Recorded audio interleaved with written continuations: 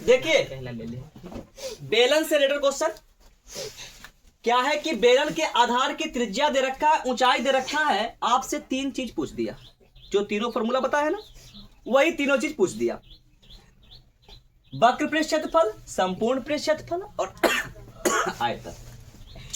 सबसे पहला काम क्या है कि फिगर को समझना। फिगर समझिए कि एक बेलन अगर हम बनाते हैं हम लोग तो कुछ इस ढंग का बेलन बनेगा, ठीक है ना, जिसमें हमारा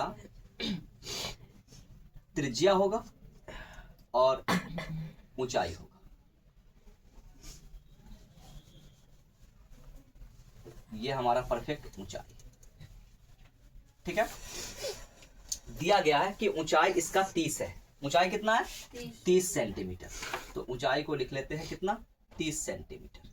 और ये है हमारा h बराबर, और ये है हमारा r बराबर कितना? 14 सेंटीमीटर, ऊपर भी और नीचे भी r बराबर 14 सेंटीमीटर, ठीक है ना। यहां से अब हम बनाना शुरू करते हैं अगर सॉल्यूशन। तो एक नंबर क्या पूछ रहा है हमसे? Curve surface area. Curve surface area मतलब हमसे पूछ दिया क्या? CSA। कर्व सरफेस एरिया क्या होता है? 2 पाई RH, आधार की परिधि में ऊंचाई से गुना, आधार की परिधि में ऊंचाई से गुना 2 पाई RH। 2 पाई RH, पाई का वैल्यू कितना होगा? 22/7। 22/7। तो यहां से आ जाएगा 2 गुना 22/7 गुना त्रिज्या का वैल्यू कितना है? 14, और ऊंचाई कितनी है? 30 सेंटीमीटर। तो इससे कटेगा ये 2 टाइम में, गुना कर लीजिए सबका। तो 2 दूना 4 दिया के 12, 120 में किससे? 22 से गुना। 120 में अगर 22 से गुना करेंगे तो 0 के बदला 0, 12 दूनी 24 के 4, 12 दूनी 24 और 2 26 सेंटीमीटर स्क्वायर। क्लियर है? CSA से निकल गया। दूसरा क्या है? संपूर्ण पृष्ठ क्षेत्रफल निकालना। तो संपूर्ण पृष्ठ क्षेत्रफल के लिए क्या करना होगा? मतलब हमको TSA चाहिए। TSA 2 तरीका से निकाल सकते हैं। अभी हमारे पास क्या आ गया? कर्व सरफेस एरिया आ गया, और आधार के क्षेत्रफल को दुगना को जोड़ देंगे उसमें, ये भी कर सकते हैं। लेकिन नहीं, चलिए फार्मूला से चलते हैं। क्या है फार्मूला? 2 पाई R into H plus R, यही है ना? 2 पाई R into H plus R। तो यहां से आ जाएगा हमारा TSA 2 गुना 22/7 गुना 14 गुना 30 प्लस 14। क्लियर है ना? 30 प्लस 14, इससे कट गया ये 2 टाइम में। 2 दूनी 4, 88। 88 में गुना करना है किससे? इसको जोड़ेंगे तो 44 से। 44 हो जाएगा, 44। इसको अगर गुना करते हैं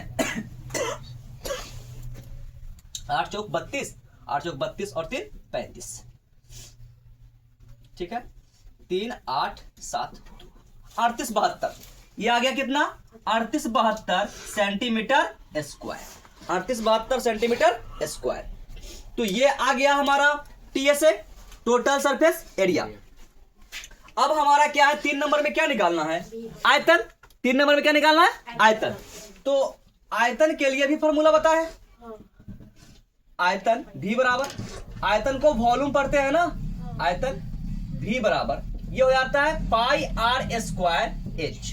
पाई R स्क्वायर H। चलिए पाई R स्क्वायर H, अब यहां पर ये मान रख देंगे तो आ जाएगा, ठीक है ना।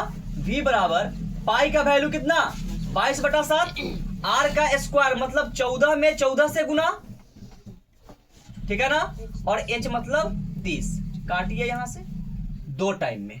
तो V आ गया हमारा 22 में 2 से गुना करेंगे तो कितना आ जाएगा? 44, और 14 में 30 से गुना करेंगे तो 420, ठीक है ना, यही आएगा। अब इसको गुना कर लेते हैं। V बराबर 42 में 44 से, ठीक है। तो 4 दूनी 8, 4 चौका 16, 168।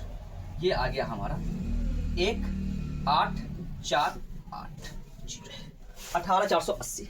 18480 ये आ गया हमारा 18480 सेंटीमीटर क्यूब। Centimetre cube. आयतन का मात्रक क्या होता है? Centimetre cube.